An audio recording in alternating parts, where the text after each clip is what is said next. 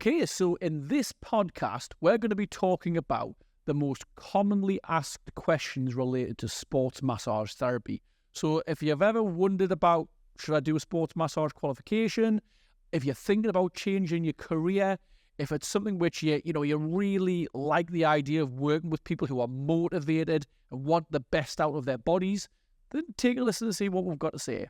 I'm joined here today with my two sports massage leads, Gregory and Gerard Hargreaves. I'm obviously Dr. Carl Clarkson, the big cheese, and let's take it away.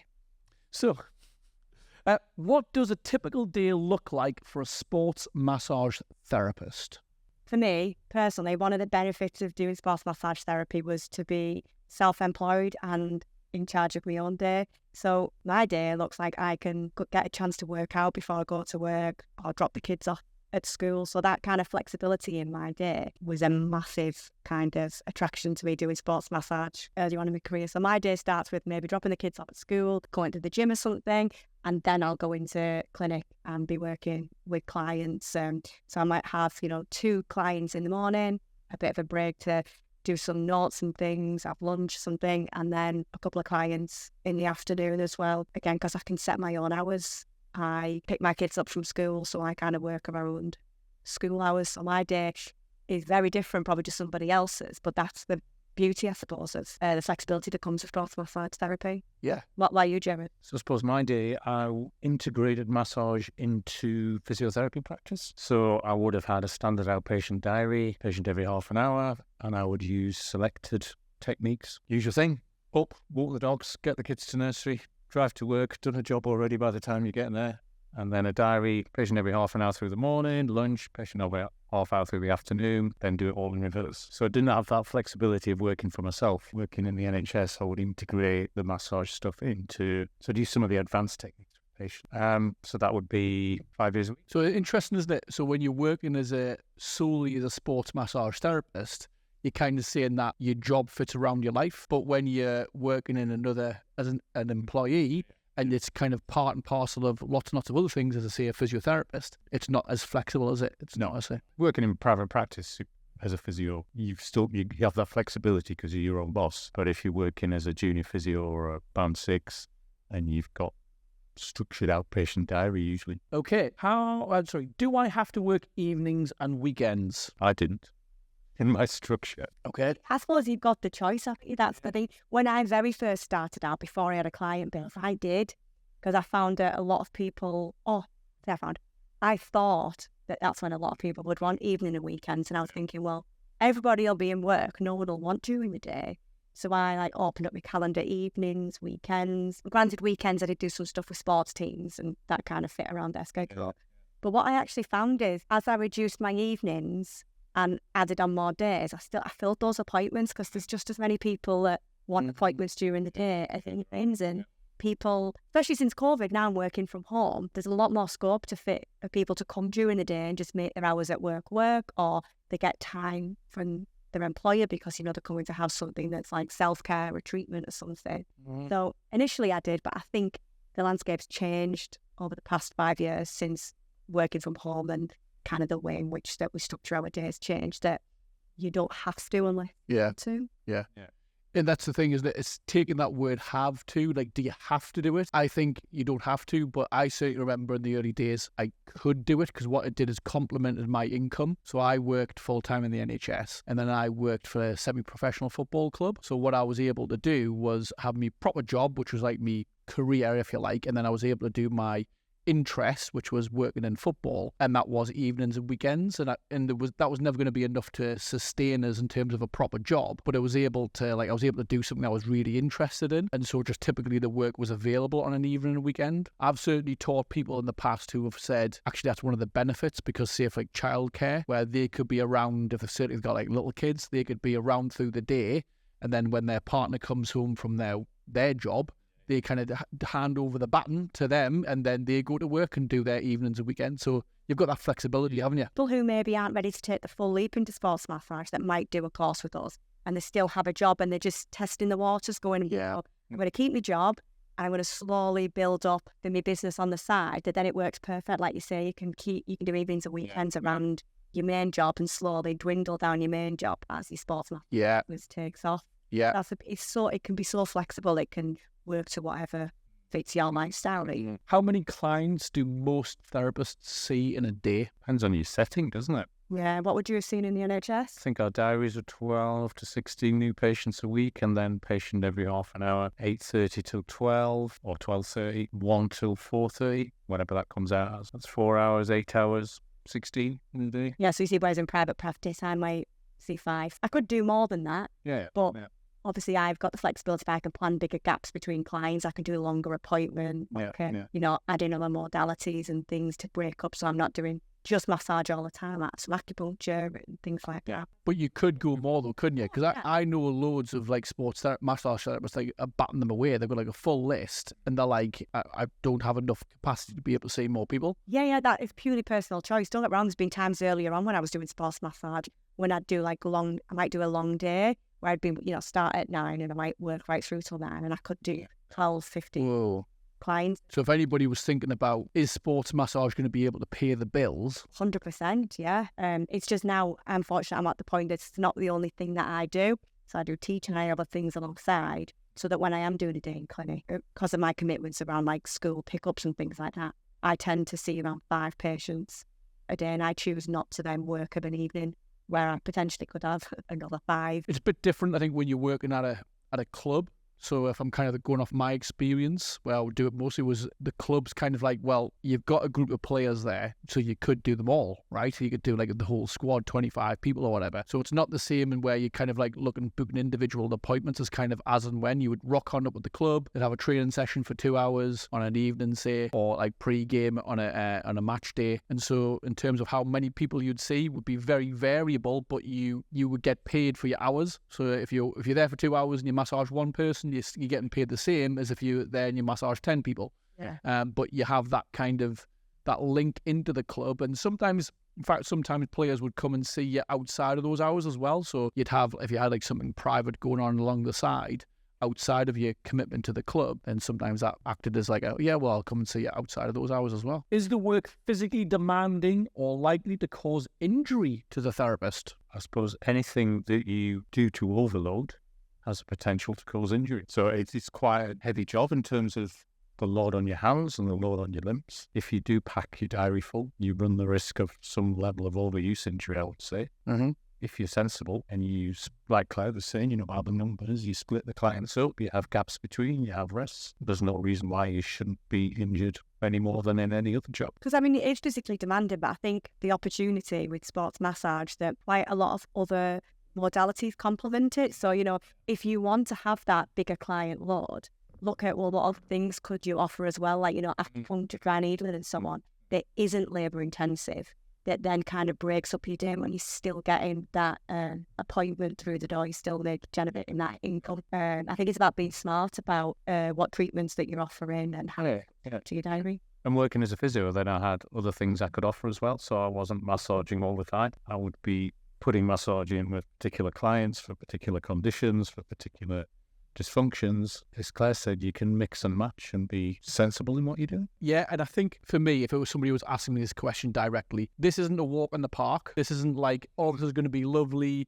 Delivering sports massage is going to require you to work, right? And it's not going to be like super relaxing for you as the therapist. And I think that if you just kind of go bang, bang, bang, bang, bang, bang, and don't look after yourself and just like massage, you're going to get overuse injuries at your elbow, at your wrist and hands. You're going to get the sore thumbs, so you're going to get that. I think you can prevent that by, like you're saying, using your time wisely. So like doing maybe a massage and then doing something like, which is not as intensive, like an acupuncture, dry needling, or like an exercise-based therapy. You can't always do it though, can you? Because if you don't know what you're going to come in through the door. I think the ones that I've seen of people who have been going like 10, 15 years as a sports massage therapist, effectively what they've then gone on and done is saying like, I don't just offer sports massage therapy, I'll offer other things alongside it to try and protect myself and prolong my career.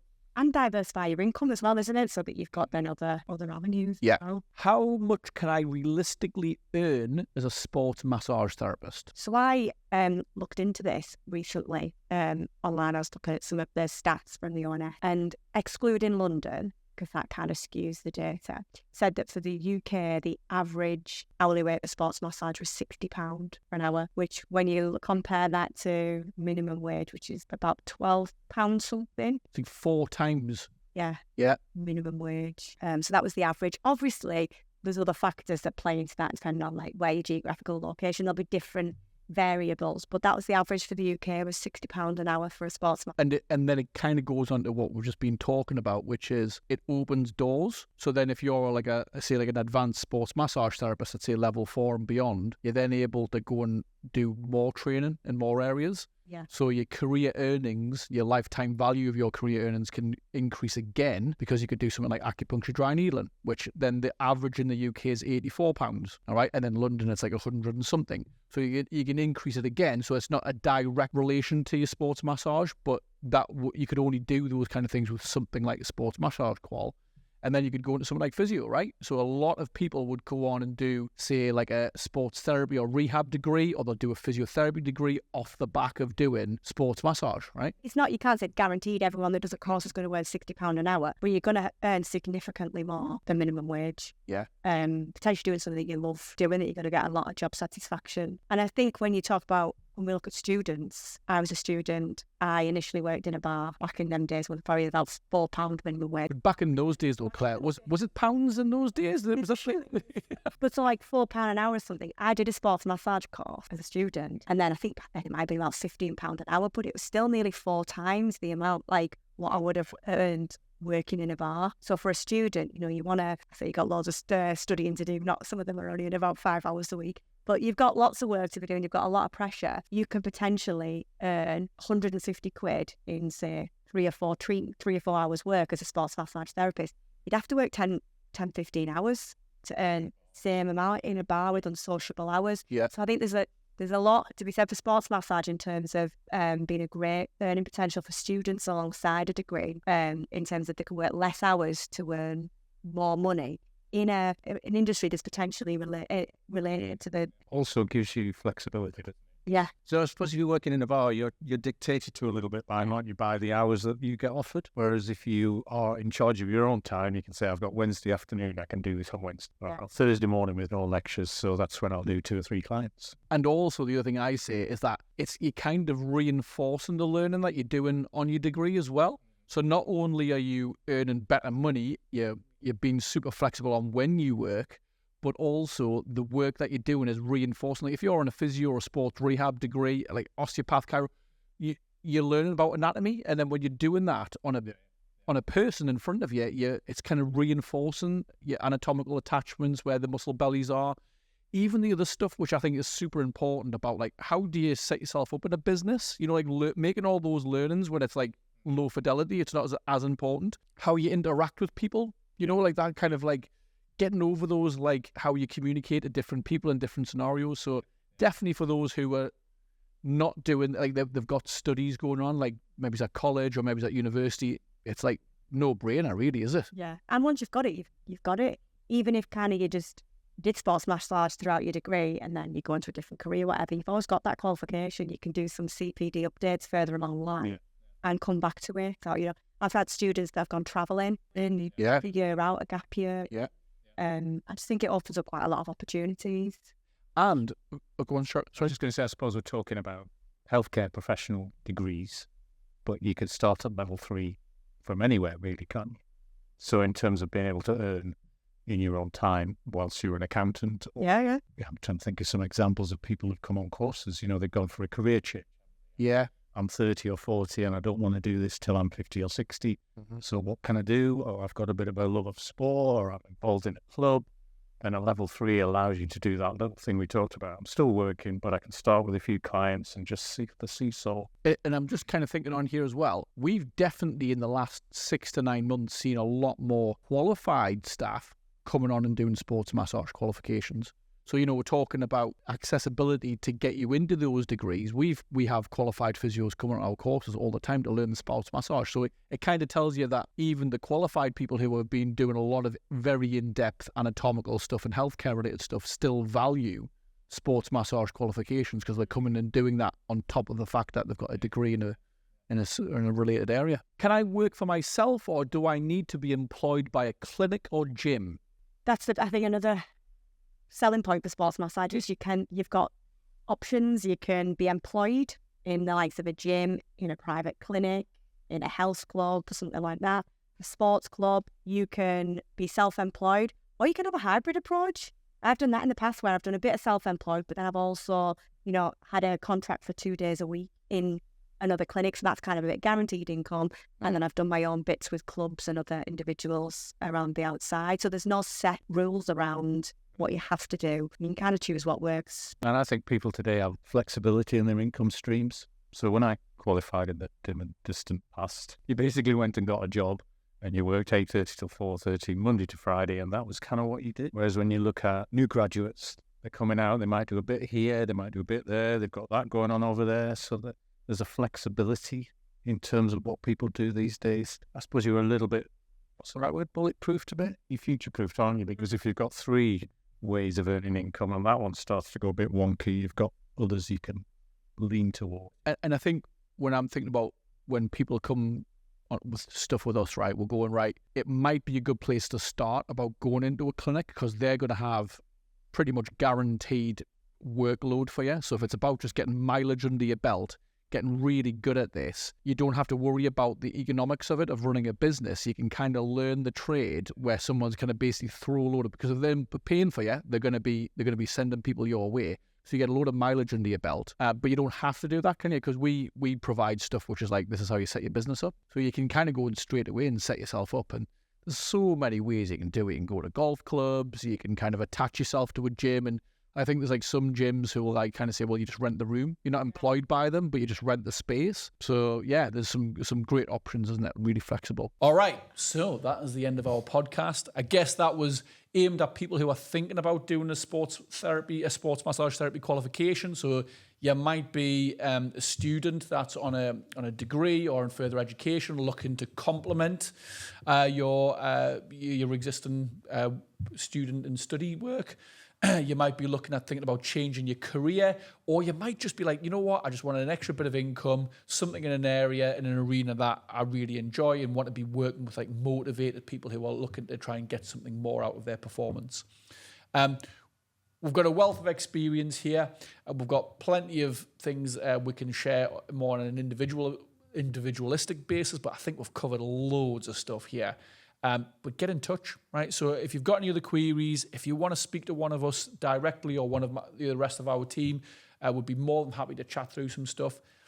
At the very least, please like, comment, and share. All right. I say this at the end of every single podcast episode, but it makes a massive difference because without that feedback, we are kind of like, we think this is what people want, but we only really know when you guys interact with it. So honestly, it makes a monster difference.